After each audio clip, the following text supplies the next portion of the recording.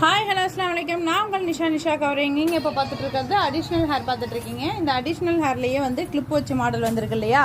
So அந்த clip வச்ச model நீங்கள் பார்த்துட்ருக்கீங்க.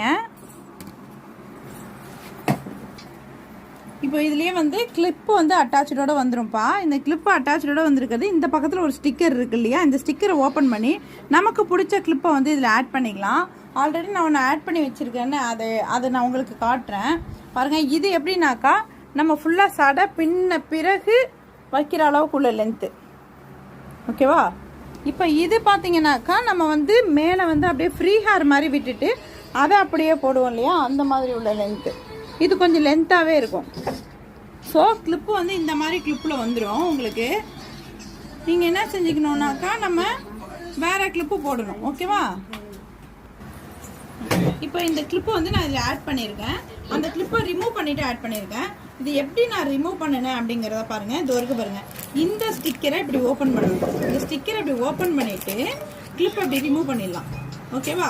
இந்த கிளிப்பை அந்த மாதிரி ரிமூவ் பண்ணிவிட்டு திரும்ப மறுபடியும் இந்த கிளிப்பை இப்படி உள்ளே விட்டு இப்படி டைட் பண்ணி இப்படி உங்களுக்கு வந்து இப்படி ஸ்டிக் பண்ணிங்கன்னா ஆட்டோமேட்டிக்காக ஸ்டிக் ஆகிடும், ஓகேவா? இதை பாருங்கள். இப்போ இது ஆகிட்டு இதை வச்சு காட்டுறேன். இது வந்துமா சடை பின்னி வைக்கிற அளவுக்குள்ள லென்த்து தான், ஓகேவா? சின்னதாக தான் இருக்கும். இது ஆல்ரெடி சடை பின்னியாச்சு இல்லையா? இப்படி நம்ம சடை பின்னிட்டு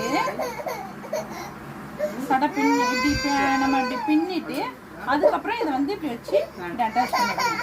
இப்படி அட்டாச் பண்ணிட்டீங்கன்னாக்கா ஹேர் பாருங்க, ஹேர் வந்து நல்லா லென்த்தாக இருக்கும். ஓகே, இது வந்து இந்த மாதிரி உள்ளது இருக்கு இல்லையாமா?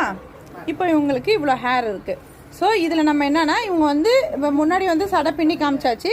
இப்போ சடை பின்னாமல் இப்படி கிளிப்பு வச்சு காட்டுறேன்.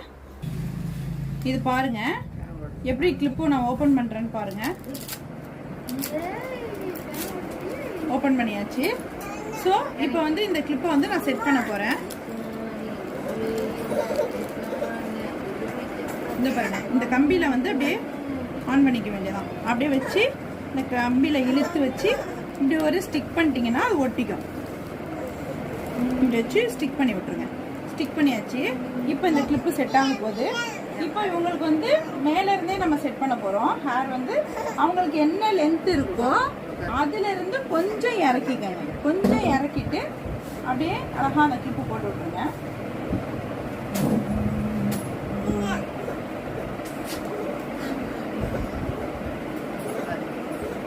அந்த ஹேர் தெரியாத அளவுக்கு வச்சுட்டுருணும்.